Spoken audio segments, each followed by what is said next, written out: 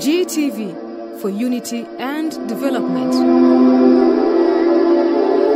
أعوذ بالله من الشيطان الرجيم. بسم الله الرحمن الرحيم. الحمد لله الذي خلق كل شيء فقدره تقديرا، والصلاة والسلام على نبينا محمد الذي بعثه الله هاديا ومبشرا نذيرا وداعيا إلى الله تعالى بإذنه وسراجا منيرا. السلام عليكم ورحمة الله وبركاته. Tumtendeza Allah subhanahu wa ta'ala na matenda majuvu. Oyo Allah subhanahu wa ta'ala atuwangaziza nabanga akyatutadde mu bantu abalamu kumusana guno ogw'olwaleero.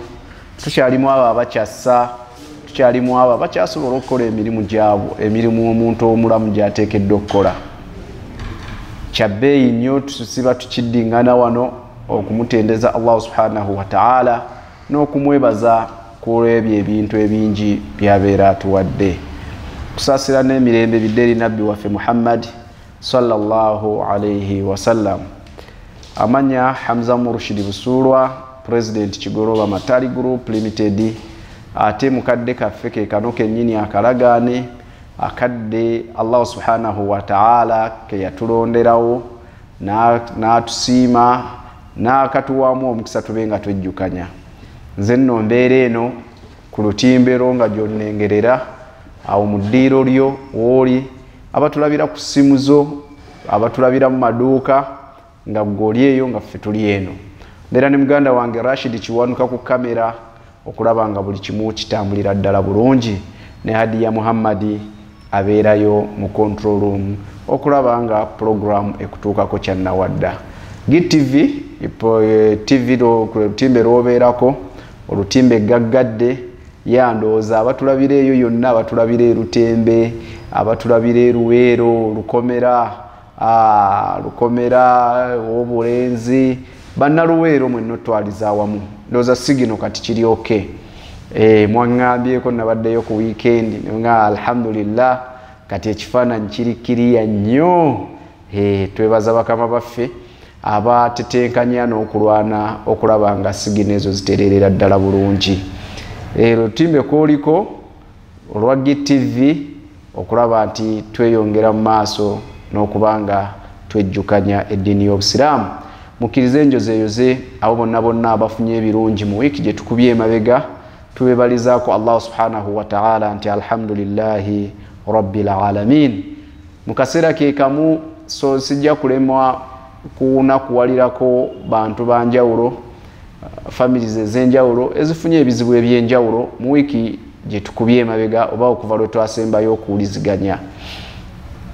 Tubagamba nti mugumiikirize, Allah ajja yalaganyisa empeera ennene eri abo abagumiikiriza mu ngeri y'enjawulo. Mukkirize nange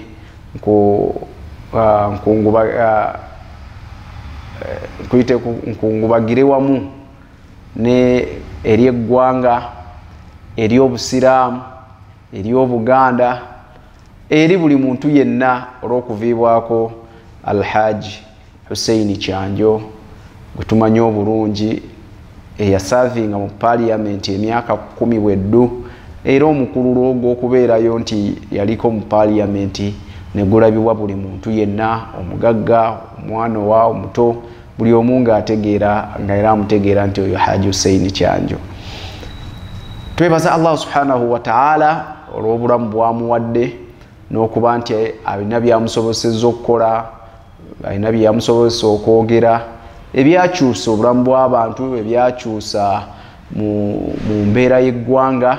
Ebyo byonna twebaza Allah subhanahu wa ta'ala, era tusaba Allah subhanahu wa ta'ala amusonyiwe ebyamusobako ng'omuntu gwe teebereza okuva nga otandise okwogera paka we yafiiridde ku myaka 63 gw'osuubira bimeka byaba ayogedde. Muteekwa okubaamu ensobi, muteekwa okubaamu baakosezza, naye tusaba Allah amusonyiwe ng'omutonde, ng'omuddu we.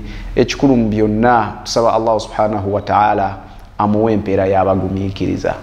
Fobodda buli wayogera ku Haji Hussein Kyanjo nze nga nkakasa bukakasa nti abadde musajja mugumiikiriza.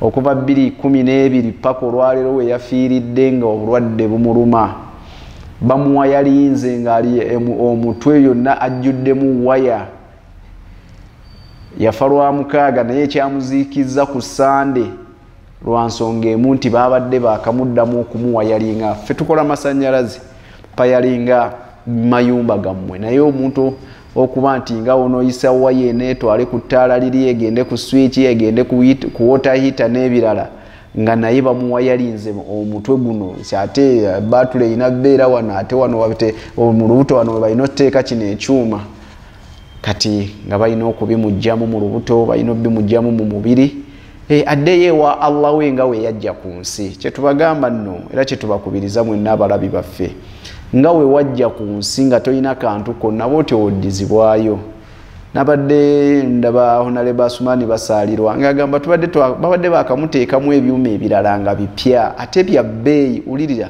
ebyuma bipya ate nga bya bbeeyi kakati ng'okumuziika nabyo tulina omulala gwe tujja offiiriza tuba tudiibuuze kati nga balina omuzaayo mu ddwaliro bamusaleesale oba bakole surgery operation eyo bamuggyemu ebyuma bamuggyemu ne waya zino zonna ze bamuteeka mu mutwe oluvannyuma alyoka aziikibwe adde ewa Allah we nga we yajja kuno ku mwaliro gw'ensi. Nkakasa nti muli bajulizi gyali nti adde musajja mugumiikiriza.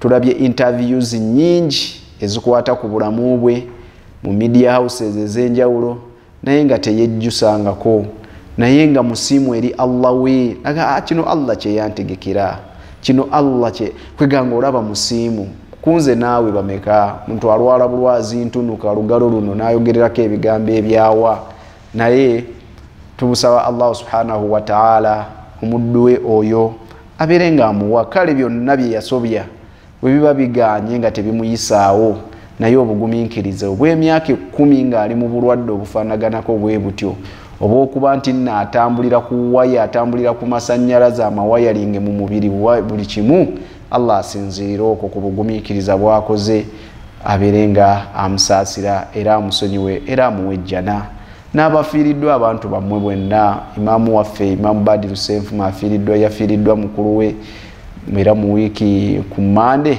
nabwe kityo mwenna tubasaasiddeko nnyo tusaba Allah abagumye tusaba Allah abategenzi baffe Allah abakoleki abasonyiwe byabasokako ng'abantu ekikulu mu byonna famire ezo tuzikubagiza tubagamba mugume Allah eyabawa abantu abo Allah eyabawa ebyengero ebyo buli ayinza okuba bamubbyeko mu motoka nyumba yayidde bamubbyeko ttaka tugamba nti Allah eyabikuwa era yabeera abitutte nabwe kityo tugumiikirize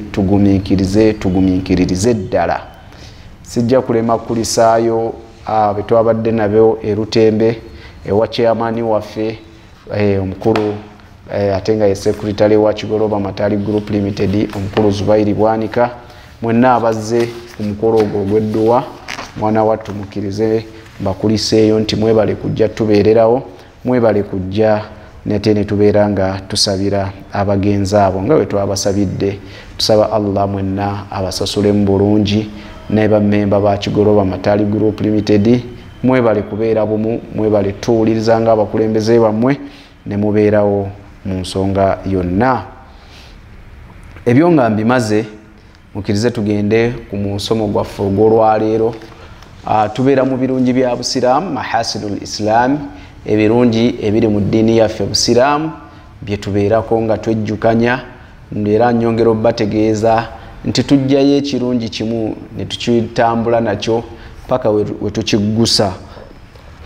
Nkakasa nti abatufollowinga oba abatugoberera ku TV kuno abatugoberera ku social media platforms zaffe ku YouTube genda ku YouTube emisomo gino gyonna bagiteekayo genda just subscribing GTV Bilali TV subscribe ojja beera nga olaba emisomo gino gyonna okuva gye twatandikira gwe tumala gwe bateekayo si gyange nzekka egya Hamza Murushidi Busuulwa wabula n'egy'aba Maseeka abalala oganyulwe mingi bagiteekayo buli Buseeka abeera ku GTV omusomo we baguteekayo eyo ku YouTube channel yaffe eyo ne tubeera nga tweyongera okutegeera abamuwaka oli yakubira akasimu agaseeka leero amasanyalaze gabadde gagenze tetwasobodde kubeera ku TV n'omusindikira link n'agenda ku YouTube n'abeera nga alaba omusomo ogwo era nga yeeyongera okusoma. So abatugoberera yonna gye mutugobererera tuli basiimu abatugoberera ku WhatsApp betugibaweereza ku WhatsApp mulimu balinga bambi agwagufuna ku WhatsApp era nammwe tubeebaza mwebale tugoberera bulungi kubanga feedback tuzifuna mubuuza nemuotategedde netumanya nti mu butuufu mubeerayo nga mufollowinga. Nabwe kityo mukkiriza olwaleero twamaliriza wiiki yaffe eyagwa twamaliriza ekirungi kye twali tulaba ekya mawsimul ibadat ekya sizoni ez'okusinzizaamu Allah ez'enkizo twaziraba era kyekirungi kye twamaliriza mu wiiki eyo eyise. Leero twagala tutandika ate ekirungi ekirala ekijja okwetaagisa peeni n'olupapula gwabadde omugayaavu mu kuwandiika mu kunootinga. Kino kye tugenda okutandika mwana wattu weetaaga onootingira eddala bulungi. So gule kitabo ne kalaamu oba black book oba 96 oba recordinga ku ssimu yo tubeere nga tutambula ffenna. Ulira kituleese olwaleero tugamba nti al islam ebimu ku birungi min mahasinul islami ebimu ku birungi ebiri mu busiraamu al islamu obusiraamu yad'u butukubiriza era butukoola ila sitru awrati nnas okubanga tubikkirira awrati obumogo bw'abantu uyubu nnas ayi awrati nnas inzo gamba obwerere bw'abantu naye obumogo bw'abantu. Obusiraamu diini ekimu ku birungi ebiri mu ddiini y'obusiraamu obusiraamu ddiini etukubiriza eddiini etusomesa okubanga tubikkirira obumogo bw'abantu. Lwaki nga bwe tugenda okubiraba agamba fa inna min sifati alhamida wallati dayaaha alkathiru min almuslimin illa man rahima Allah satara awrati nnas ti min sifati alhamid mumpisa mu bitende ebirungi oba ziyite empisa ennungi wallati dayaaha alkathiru min almuslimin mwana wattunga zifunziddwa ng'ate abalina empisa eyo ennungi batono ddala mu basiraamu ne mu bantu illa okuggyako man rahima Allah oyo Allah gw'aba asaasidde naye ng'abasinga empisa eno however much nti mpisa nnungi however much nti kitendo kirungi omwanadamu kye yalibadde nakyo mwana wattu abasinga dayaaha twakifunza kwegamba tetukirina kitubulamu tetukirina kyekiriwa satara awrati nnas okubikkirira obumogo bw'abantu. Okimu kubiraga nti omuntu oyo wa muntu mulungi ekitende alina ebitende ebirungi kwe kubanga olina omuntu gw'olabyeko akamogo nga we tugenda okubinnyonnyola maaso gye tulaga okubanga omuntu oyo olina w'omusanze mu kafunda ng'ayina kyakola mazima ga Mungu n'omutunuulira bwoti noga oyo sooka oleke. Woba obadde ovuga mmotoka oba obadde ovuga bodaboda oba obadde n'essimu yo ng'otambula naye nga budde bwakazikiza bwa kiro no accidentally n'omukubamu amataala noga neweka oyo si murushidi tiye lindako sirabye bubi siyo omurushidi abeera ku GTV lindako siye wa president wa Kigoloba noddamu no zoominga amataala ago bagayita gazoominga bagayita kyabali abavuga emmotoka noddamu n'ogatumbula ogenda okumukubamu nga wallahi ye naga subhana malikil kudus naye nga mu mmotoka olimu ogu emmotoka ogirimu bw'omu ku bodaboda yo ligirimu omu n'omala n'ogamugjamu n'ogamba ensinga ate efudde kakati naye kennyini n'akakasa oyo andabye gundi oyo Muhammad yandabye oyo kama oyo kasifa yandabye kati agamba nti sitru awrati nnas, okubikirira n'osirika n'okimira n'ogamba mulabye n'otabaako gw'okigamba, eyo empisa naye afa akuteeraga oyo omusajja yandaba nga nkola ayinza obutakyogera mu bantu naye kennyini waaba ali waga gundi oyo yandaba mu mwaka gw'2013 mu kifo bwekiti nga nkola ABCD, naye Allah atuuse kumujjulula n'amujja mu bulamu bw'ensi ng'ekigambo nga ekikolwa kye yansanga nkola nga talina gwakigambyeko. Eyo empisa. Olwaleero Sheikh kyatugambye ti mwana wattu mpisa nnungi nnyo, kitendo kirungi, naye abasinga tetukyakirina. Bameka abakyasobola okusanga omuntu ng'alina mu kafunda waali alina ekikolobero kyakola n'asirika n'afa nakyo, naye ng'obaddeyo bw'omu.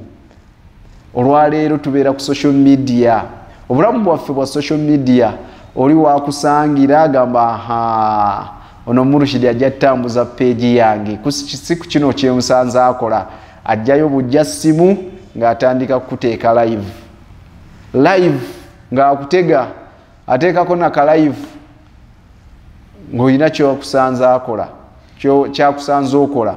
Nabwe kityo kye batugambye nti newankubadde empisa nnungi abasinga twagivaako, newankubadde kitendo kirungi abasinga tetukyakirina, okuggyako marrahimallah, oyo Allah gw'aba asaasidde, oyo Allah gw'aba asaasidde. satala awrati nnas wal akhdhu bi aidi haulai alladhina ya'maluna sayiati ila Allah ta'ala, oyo Allah gw'aba agize ono gw'aba asanze mu bantu nga ayina kyakola ekinyiza Allah subhanahu wa ta'ala. So yenna aba asangiddwa oba yenna aba agudde mu nsonga ezo, liyatubu min qarib, nga agudde mu kikyamu ekyokunyiza Allah, liyatubu min qarib, asanye yenenye mu bwangu ddala, badala min hatki awratihim, okuleka mu kifo ky'okuba nti yeebikula ensobi gy'abadde akola, yeebikula amazambi g'abadde akola, wakashafa uyubahum, n'abeera nga wakashafa uyubahum, neyeebikula obumogo bwe, wa i'anatu shaytan alayhim, n'abanga ayambibwako ne shaytaani. Maana wattu ebyo talina kubikola, wabula kyalina okukola mu kifo ky'okwebikula ng'olwaleero ensangi zino ze tukola, tulina kuba nti nno twenenyeza Allahu subhanahu wa ta'ala.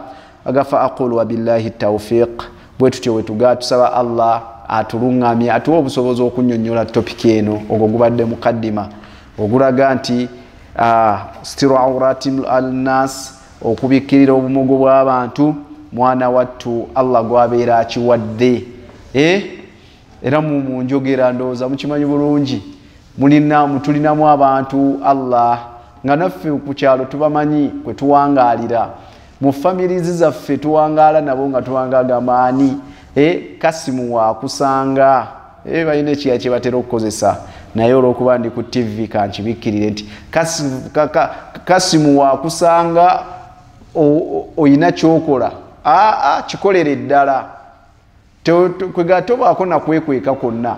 Lwaki okikolera ddala? Anti era newonogamba kaweebikeko kokikomyawo, era yagenda kugatambuza, yagenda kukubira n'abantu amasimu. Ani Murshidi tonnabimanya, Allah kamutulewo yakoze bwekiti ne bwekiti ne bwekiti ne bwekiti. So embeera efaanaganako bwetyo, tusanojjo obutagisembereza ffeffe nnyini ababa bagudde mu nsobi ezo okubanga twebikkula. Abamu olwaleero munnange tuli mu akhiru zaman digital system, omuntu akola nga kyakola kikyamu, wa maadhalika amanyi kikyamu naye neyeebikkula, ali yekka mu room n'okusibawo asibyewo amadirisa n'enzigi azisibyewo, alimu n'omuntu atali nawuwe mu room, naye neyeetega essimu ng'ali live, nateeka nga biri live ku social media, biri live ku Facebook, biri live ku TikTok. Noka ya Rabbi, kale Allah amubikkiridde, kate laba yewe yeebikudde. Lwaki? Anoonya likes, anoonya kukuza page ze. So ebyo byonna tugamba bikyamu nga we tugenda okubiraba.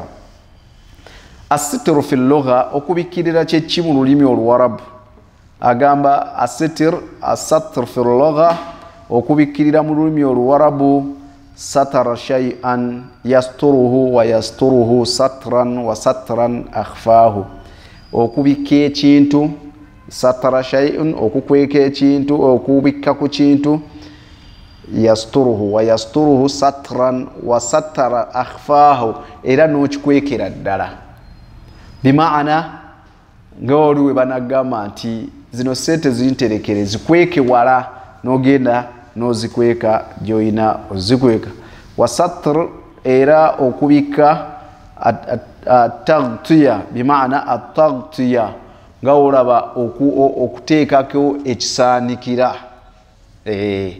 abayina ebbinika oba sesepiki naddala bamaama baffe ne bannyinaffe ekyo mukimanyi ekisaanikira oyinza okuba oyina by'ofumba oleeta ekisaanikira ekyo n'obikka ku ntamu oba n'okiteeka ku bbinika tugamba obisse ku bbinika oba obisse ku ki obisse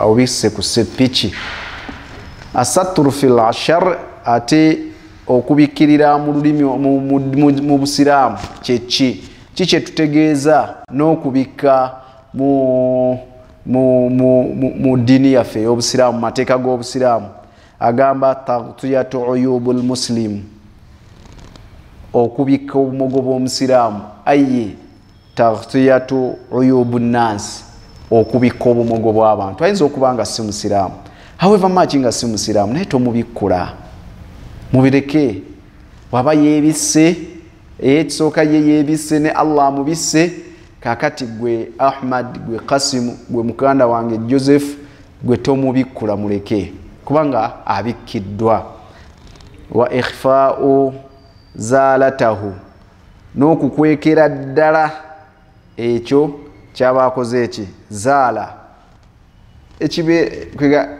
ekiba kitaliiwo n'okikwekera ddala n'otakijjaayo kikwekula n'otakikwekulira ddala wabula n'okirekera eyo ddala n'okikweka kye bayita okubika ndowooza tukitegedde okubika mu shar'i taghtiyatu uyubul muslim ay uyubin nas okubikira ddala okubika obumogo bw'abantu kitegeeza ki eyo ibara oba taarifu etulaga nti mwana wattu buli muntu yenna ayina obumogo bwe teriiyo gwabikkula obwabanno nkukakasa nga ndi ku GTV era nkakasa ompulira ng'omulimu gwo gwakubikkula bumogo bw'abanno nkuwa amawulire ag'essanyu ate nga tegaliiko nfuufu yonna nti naawe olina obumogo bwo nabwe kityo tulaba abantu bangi social media oli aggulawo social media platform naggulawo page nga omulimu gwayo omukulu kugenda nga abikkula bumogo bw'abantu onoonya ebiki byonoonya bumogo bw'abantu obwagaza ki abalala media houses zirinako programs nga zo programs za kubikkula bumogo bw'abantu kubikkula bumogo bw'abantu era programs ezo ekyewuunyisa nezifuna ne sponsorship mu makampuni zag'enjawulo ne bazifacilitatinga naye ng'omulimu gwazo kubikkula kulaba nsobi gundi gye yakoze kulaba ayina kamogo bwe kati kubanga obumogo obwo bubeera ku ffefe nnyini abantu murushidi wano wenjogerera nina obumogo ekyokubiri bubeera mu mayumba gaffe bubeera ku mirimu gyaffe nabagambako wano lumu nti abantu mu mbeera ze tuwangaaliramu buli omu alina obunafu bwe mulimu omuntu nga alhamdulillah mukozi wa mirimu mulungi naye nga tojja muwa mutwalo gwa nsimbi gutwalira muntu mulala nga either jatuusa 5 oba 8 oba akubikira gambye bazimubbyeko lwaki nga wewali obunafu bwe wewali akamogo ke wabula gumwe abawangaala naye ababeera naye mumumanya nogamba oyo musajja mulungi wogamba nti gino emirimu emirala kola kino yasenku kola biki abamu babeera na professions zanjawulo nga eyo profession ye kola kino naye womuyingiza mweno bizibu byerere mitawaana myerere kakati olina kumanya butya wogenda oddiringa naye kakati wavaayo omuntu ye n'atandika omumusojja n'amusima bakuyita nakubaaga nga tebamusanyalaza naye gwaba obaaga nga tobasanyalaza tetulina buzibu naawe gwe tobasanyalaza babaage naye wallahi yauma ma olunaku lumu mu nnaku nawe Allah agenda kukugirayo mu bitonde bye ebigenda okukubaaga nga tebakusanyalaza. So okubikirira obumugo bw'abantu kye tuliko kitegeeza nti tetulina kubikula bumugo. Wa ma'ana al-awrat ate obwerere oba obumugo awrat bima'ana al-khalal wal-aibu fi shay'in bwe bukendeevu n'obumugo obubeera mu kintu. Wa kullu baitin au mawdhi'u fihi khalal buli nyumba yonna na buli kifo kyonna kibeeramu obukendeevu kibeeramu akamogo yukhsha ad-dukhulu aduwu minhu ng'era akamogo yukhsha otuuka okutya omuntu omulabo kayingirira kubanga oli wamanya nti eno ye weakness yo mu luzungu tukiyite weakness ke kamugo al-uyu ay al-aib weakness akamogo. Kakati buli muntu yenna na buli nyumba yonna na buli kimu na buli kifo kyonna mubeeramu obumugo bwamu bimaana mubeeramu ebitatambula bulungi mubeeramu kuba teri ali perfect 100%. Kyenkugambye nti gwe olina obumuga ndaba nange nina obwange n'omulala alina obubwe tewaliwo bwetaavu bwo gwandaba ku GTV kubanga onoonyereza n'oteekamu ne ssente n'oteekamu ne research nene nnyo okubanga olina obumugo bw'omuntu bw'onoonya ng'oyagala kumukuba kumusuula. Wa fi tanzilu al-aziz era tulaba ku nsonga eyo Allah atugamba wa yasta'dhinu fariqun minhum waliwo ekibinja ekikusaba gwe Muhammad minhum nabiyya ekizze ne kisaba gwe Muhammad sallallahu kubanga abananfuusi mu ghazwa mu lutalo ghazwatul ahzab olutalo lwali olwa Kanayo Kyani lwa kusima n'ebirala wajjawo ekibinja ky'abasiraamu abasiraamu abo ne bajja eri omubaka Muhammad sallallahu alayhi wasallam ne bamusaba nga bamugamba nga bagamba yaquluna inna buyutana awra tiwaigu mbaka wa Allah mazima faga amayumba gaffe tugalese gali empty merere bimaana tuti omulabo gayingirira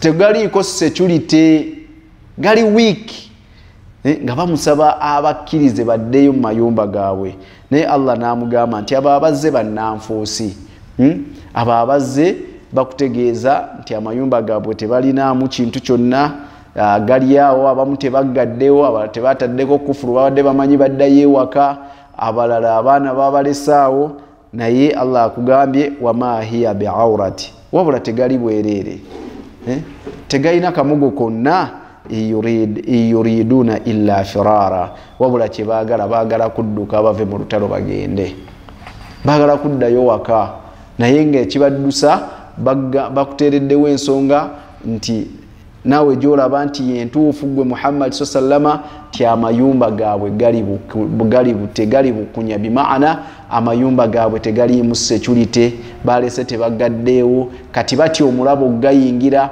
omulabo agayingire abbe mu TV omulabo ajja yingiramu ennyumba yonna agyere batuuka okuddayo ng'ennyumba ze balese nga ziri empty n'ebyo byonna bye bakugamba gwe Muhammad si bituufu tebagaleseweewo batyo wabula baagala kudduka kuva mu lutalo. Kyova olaba obusiraamu songa lwaki tebawagala muntu munnanfuusi. Suratul Ahzab aya 13 ensonga lwaki bwateekawo n'ekibonerezo ekinene eri omuntu omunnanfuusi. So tubadde tubikula, tubadde tutegeera kigambo aura, tubadde tubikula, tubadde tutegeeza tunnyonnyola ekigambo aura kwe kulekawo ekintu nga tugamba nga oba oli wekka obwerere buli omu ategeera ne weeyambula engoye zo zonna zonna noba nga oli bwerere totaddeeko ngoye. Naye buli woobikka oba olina byobikka. Kakati nabano bajja Nabbi sallama kaba mugamba tukkirize tuddeyo ekibiki naye ng'ennyumba zaabwe ziri fine. Wajibu al-aas nahu nafsuhu, kyekikakata ku muntu omujeemu eri omwoyo gwe, kiki ekikakata ku mwana Adamu omujeemu eri omwoyo gwe nga ye. Yajibu ala kulli muslim, kikakata ku buli musiraamu yenna ayattaqi llaha fi nafsihi, okubanga atya Allah subhanahu wa ta'ala n'omwoyo gwe. Ti buli kimu kyonna manya nti nno oteeramu Allah subhanahu wa ta'ala. Tya Allah musiraamu gwe, tya Allah muddu gwe, tya Allah. Si kyekyokka wa fi ahli baitihi, era atya Allah n'eri abantu be. Allah kyatugamba ategeeza abantu be batye Allah, ate Allah eri n'abantu be. Mukutya Allah ku bantu baffe, abantu baffe bali abatyewaka. Gwe n'osobola okulya emmere ya mitwalo 2 omuntu omu mu lunaku, olidde breakfast ya 5, lunch ya mutwalo, olw'eggulo n'onywa obuugi bwa 2, n'ekiro oba omaliriza n'olya emmamba ya 5, ogenda okugattagattamu olunaku gw'omuntu omu ng'olidde emitwalo 2. Naye ng'ewaka waliseewo 8, kewalekedde famire abantu 8 oba abantu 5, kwe kuli sukaali, kwe kuli amanda, kwe kuli emmere, kwe kuli enva, kwe kuli omunnyo, kwe kuli amajaani. Tya Allah na ku bantu bo. Kati kyatugambye gwe wenna omujeemu sooka oweetisise gwe kennyini. Allah kyatugamba qu anfusakum wa ahalikum naara, igwe kennyini omwoyo gwo, wa ahalikum n'abantu bo batiisa omuliro. Omuliro guno nga tonnagutiisa balala nti bajja tookya, naddala ffe abawalimu nga tonnagenda okabire na ku kituuti ng'olaga abantu nti nno bagenda bookya omuliro. Sooka ogutiisa omwoyo gwo. W'omaliriza omwoyo gwo wa ahalikum n'abantu bo, bimaana abakuli mu nsingo zo, bowa ebiragiro, abakuyita taata, abakuyita mwami, abakuyita ssenga, aboyita abantu bab'okulisegerere. Sooka obatiise. Allah kyatugamba mu sura endala natugamba wa anziru ashirataka al-aqrabin. Yali agamba omubaka Muhammad sallallahu amugamba wa anziru tiisa ashirataka al-aqrabin, famire yeekuli okumpi, nga tonnanaawuza balala, tonnagenda kusiba migugu, ogenda kubizinga kola ddaawa. Famire yo eyimiridde etya? Sooka ofe ku famire yo. Sooka ogitetenkanye ddala basaala, tonnakuba baana ku ssomero kusaala, ababeewaka basaala esswala bagimanyi. Kati kyatugambye wano ayattaqi llaha fi nafsihi, tya Allah gwe kennyini n'omwoyo gwo gutiise Allah. Wa fi ahli baitihi, n'abantu bo bowangaala nabo batiise Allah, batye Allah. Tya Allah gye bali, byoba ogenda okukola. Si kyekyokka wa fi amwalihi, era otye Allah mu maali yo. Emmaali yaffe tugijjawa? Subhanallah. Emmaali gye tukola, sente ze tulya, ebyokulya bye tulya, amayumba ge tuzimba, emmotoka ze tuvuga, sente tuzijjawa? Ddala tutidde Allah subhanahu wa ta'ala. Oba we tuba tunoonya sente tetwagala kumanya bigenda mu maaso. Aho tetuteeka mu kutya, we tuba tunoonya sente tetuziteeka mu kutya Allah subhanahu wa ta'ala. So nga lwaki oli waba ayagala sente nga waliwo amwekiise we kuba kutta ajja kumutta, we kuba kubba ajja kubba, we kuba kuwaayiriza ajja muwaayiriza, we kuba kubikkula bya mulwaliro bye tuliko abibikkula. Era oli akuwonera nagamba Murushidi, pulira gwe weekiise mu nsonga eno n'eno, naye okimanyi nkumanyi, kati ddamu oyogereyo ekigambo kimu bwe kityo olabe. Ngenda kuteeka kati tebakyereega naawe tugenda kuyita ab'amawulire, ngenda kuteeka ku social media. Akuba social media yeetaagisa ki? Just data na simu ye ng'eriko omuliro ng'awandiika ku kyawandiisa oba ka video oba kigambo oba kifaananyi ng'akitanga kitandika okutambula. Kaakati mu kunoonya ssente abalala tutambulira mu blackmail,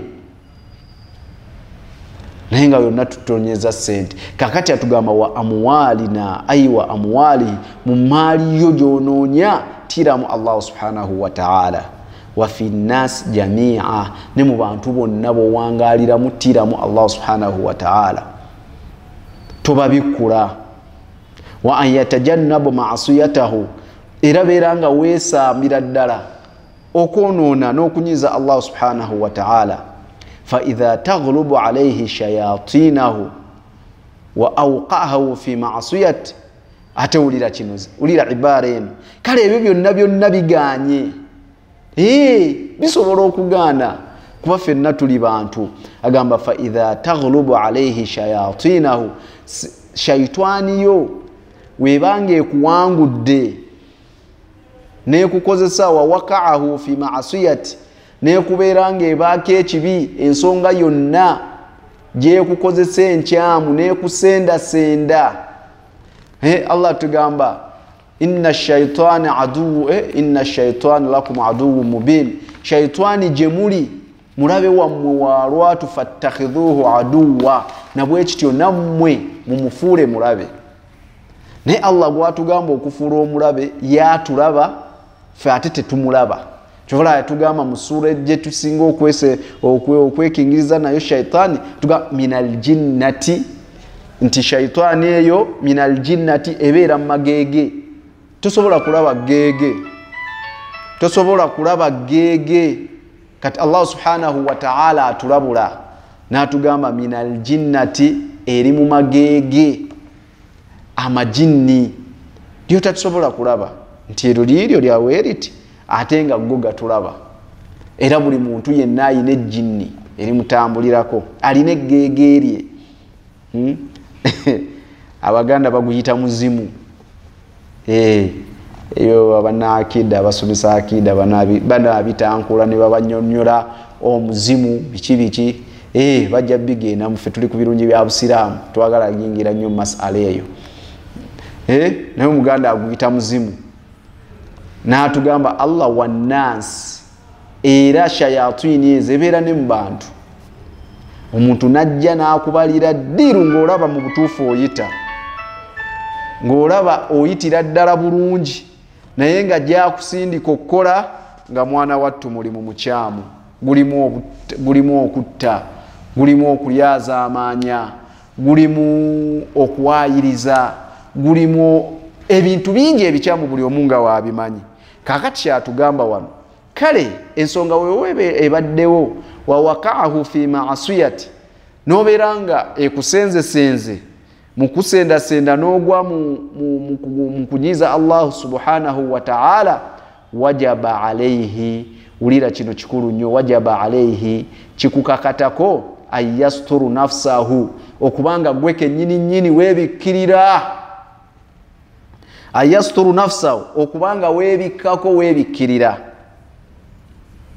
Naye abantu olwaleero twebikkula nga mwana wattu tugudde mu nsobi. Bisitillah, nga Allah naye waba akubikkidde, naye Allah subhanahu wa ta'ala akubikkiridde. kakati waba kubikse Allah subhanahu wa ta'ala nawe kikakatako okubanga webikkirira. Wala yufdahu nafsahu baina an-nas, tewebikula mutima gwe eri bantu, tewebikkulira bantu.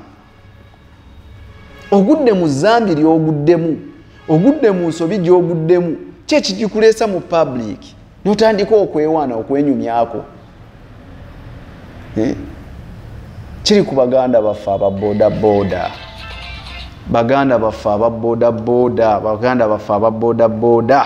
Allahu akbar walillahi alhamdu. Allah babeera ku stage, naye okubeera kwabwe ku stage kasita emirimu gibula, ekiddirira kukola ki? Ekiddirira kutandika kwenyumyako, ekiddirira kutandika kuba nti ono ajjayo bye yakoze, n'oli najjayo bye yakoze, n'oli najjayo bye yakoze. Ensonga eyo nno nkyamu. Tewenyumya muganda wange, mwannyinaze, Allah akubisse. N'okola by'okoze shaitani ekuwangudde. Kubanga shaitani enoonya ngeri gyegenda kugenda munna kibinja kinene eri abaki, eri muliro n'abantu. Kakati Allah akusaasidde n'akubikka, kakati shaitani mukuwangula ate Allah n'akubikkirayo, teweebikkula muganda wange. Kyekikakatako tugambye, ekikakatako ng'ogudde mu zambi, ekisookera ddala kwebikka nga Allah subhanahu wa ta'ala wakubisse. Then ekyokubiri kwe kukola ki? Kwe buteebikkula eri bantu, kugenda ng'obabuulira. Musajja obasalawo, basajja oluusi abamu basajja bakulu, abalala bavubuka, bano abawala abaweereza bino agamba oyo nno lwakubigula kabina naye talina kasimu. Kikyotegeeza gwe bwakukirabaawo nga kibikula kabina naye wakawambwa tekirina waaka. Ogayi kikyategeeza ne tekirina waaka. Seka tonna bitegeera. Terina waaka. Alaba tobitegedde n'akikuwa oyo namumala. Kale kyalya sente zange nnyingi oba kyalya zaaki kale.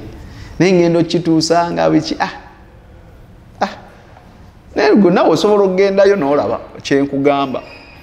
N'omulala n'agendayo ne baddawo ne batandika okunyumya. Naye yakhi biki byonyumya nga Allah yakubisse? Golooza Allah tasobola kubikkula kayumba k'obaddemu, oba noba kale tobaddemu kayumba oyina woobadde. Allah subhanahu wa ta'ala olowooza tasobola kukwata buli kimu n'aleeta empewo n'agiragira n'etwala buli kimu? Naye Allah akubikkiridde, na bwe kityo beera nga teweebikkula. Kikyolina okukola ekirala, wa ayatuuba ila Allahi min qaribe. Woba ogudde mu nsobi, kikyoteekeddwa okukola ekikakatako, kwenenyeza Allah subhanahu wa ta'ala kusonyiwa mu bwangu ddala nga wakakola ensobi eyo, nga wakakola ezambi, wakakola ensobi gy'oguddemu. Ekikakatako mu bwangu ddala, mu bwangu ddala, min qaribe, mu bwangu. Ayatuuba ila Allah, kwenenya eri Allah subhanahu wa ta'ala, kumugamba ya Allah, nze ndi muddu wo, ndi munafu, nseeredde, nkusaba obeere ng'onsonyiwa, nsaba obeere ng'onsonyiwa. N'oleeta istighfarat, astaghfirullah wa atubu ilayhi. So si kudda mu kunyumya, si kujjayo simu yo, si kujjayo kamera n'olaga ensi ebibaddewo, n'olaga ensi by'okola ebikyamu. Teweebikkula muganda wange, teweebikkula. Rawa shaykhani an Aba Hurairata radiyallahu ta'ala anha, hadithi nga yayogerwa ojajjisa abaseeka babiri Bukhari ne Muslim, ngeva ku sahabatul jalil jenu ayitibwa Abi Hurairata radiyallahu ta'ala anhu agamba, qala agamba, sami'tu Rasulallahi sallallahu alayhi wa sallam, nawulira ombaka wa Allah okusaasira n'emirembe bibeere ku ye. Yaqul ng'agamba, Nabi sallallahu agamba atye? Agamba nti kullu ummati muafa, buli muntu wa kibiina kyange, buli muntu nga wa kibiina kyange muafan, wa kusonyiibwa oba Allah musonyiwa. Bimaana tuyimiriddemu awo katini Allah subhanahu wa ta'ala ekimu ku kye yawa ebirungi ebiri mu Busiraamu n'enkizo eri ku kibiina kya Nabbi Muhammad sallallahu alayhi wa sallam, tewaliiwo kikolobero Allah subhanahu wa ta'ala kyatasonyiwa. Ye hadith eno atugambye kullu ummati, bimaana buli muntu yenna ali mu rijimu yange, mu kibiina kyange nga muntu muafa, Allah musonyiwa. Bimaana Allah musonyiwa ku zambi lyabeera akoze. Seeka ne shiriki iye, kubanga eryo lyekaŋŋaŋaye. Shiriki lye zambi erikyasinza okubeera eddene. Naye woolikola ne weenenyeza Allah, Allah akusonyiwa. Abantu bangi bashiriku nga twambala enkofiira nga wenjambadde, n'amakanzu bambala ga bbeeyi, bambala sharia, n'abamu bateekako niqaabu nga bakyala, naye nga wallahi bashiriku. Basaba ebitali Allah subhanahu wa ta'ala, baloga, balina ebikuuma bizinensi zaabwe, balina ebikuuma emmotoka zaabwe, ebidduka byabwe, naye nga hum muslimun.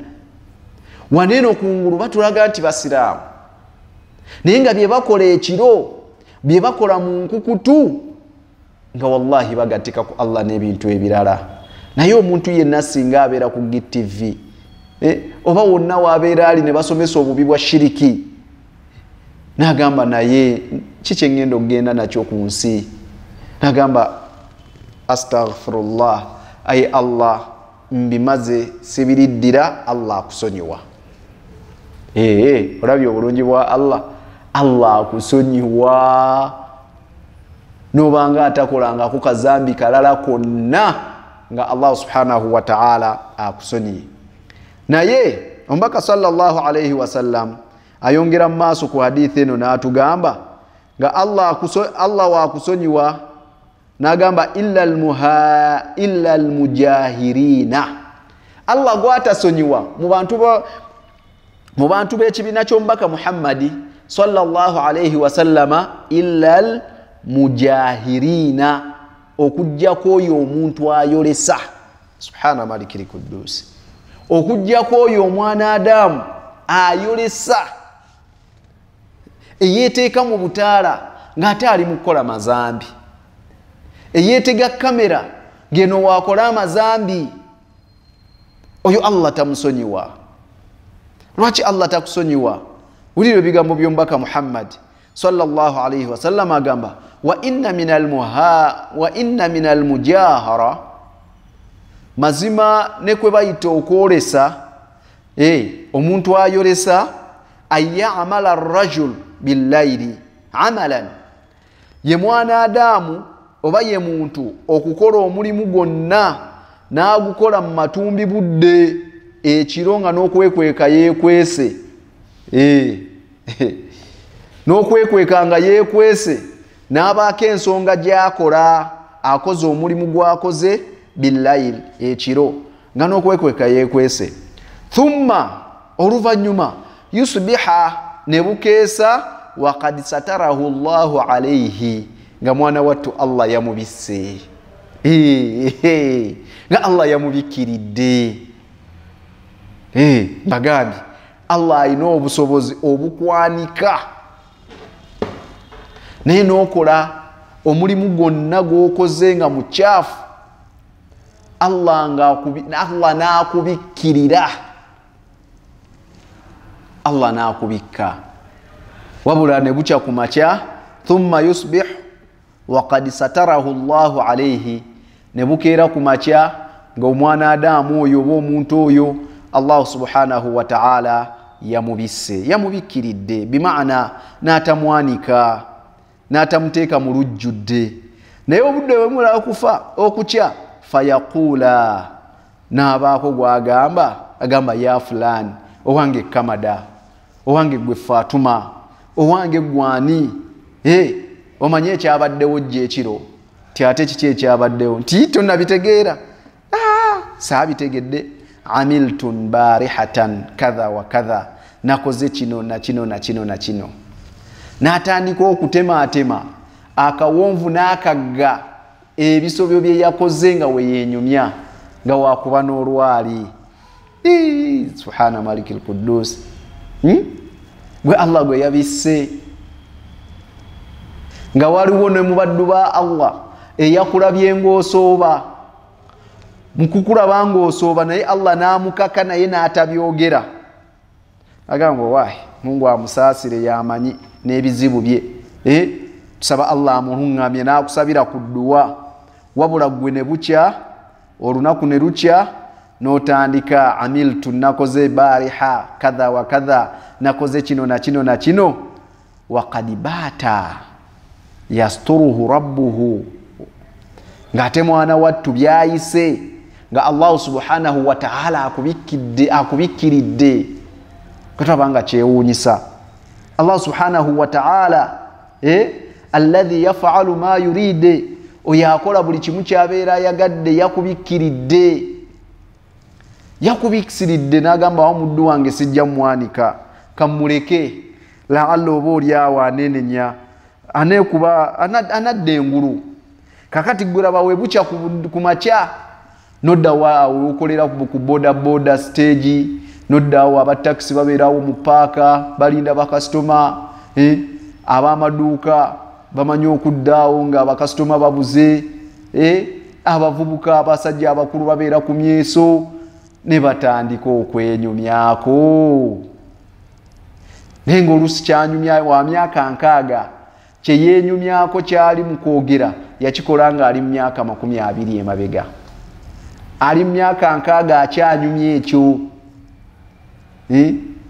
mwe temwakyakalasha temukyamulinga abatalina bavubuka basa oba bavubuka bubasaze zewe nabeerera myaka gyo nga ku makyamba na mulala ku musanvu neneta omulala ekira ate mba nasuze na mulala we nabeerera myaka gyo mwe twakoleranga ssente timuzeeyi ssente mwazikolanga ota bono omwana tabimanyi amagendo wagawulirako ti ate amagendo kubanga buli mulembe buli zamaani ebeera n'olulimi lwayo liwagambanga amagendo nga musajja mukulu bwabanga bubbi be bafunanga ebintu ebyobusuubuzi mu mbeera etali ya nambulukufu kati nga bagayita magendo olwaleero tukiyita linnya ddala nategudde mwana nina gwe nategudde wabitegedde mwana nakubye ejjuguli lyabukadde 10 era nze kati obwavu mbuwonye naye nga Allah yakubikiridde ne bukeera ku makya gwe ne weebikula wa yusbihu yakshifu sirra Allahi anhu ne bukeera ku makya nga gwe mwana wattu obikudde ojja ekisaanikira ku kyama Allah kye yakutaddeko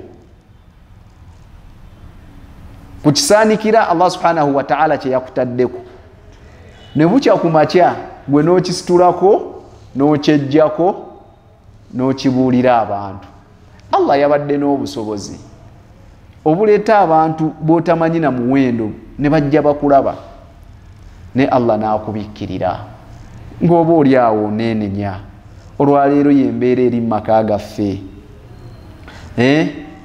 ndaga butonde efuuse ndaga butonde DNA efuuse DNA naye lwaki abantu Allah yababikkirira kyokka olwaleero bali mu kwebikkula abamu family kati batandise kukutuka nga bafa oli watafa stress omulala afa accident abadde ava ku DNA n'abaana 10 olw'okubikkula okubikubya mu bintu Allah bye yaleeta ebimu ku birungi ebiri mu busiraamu era nga kyekintu kye tuliko obusiraamu bwatunuulira okukuuma ebintu 3 mu bulamu mu nsi muno ekisookera ddala obusiraamu bukuuma kye bayita omusaayi obusiraamu bukuuma emmaali y'omuntu obusiraamu bukuuma ekitiibwa ky'omuntu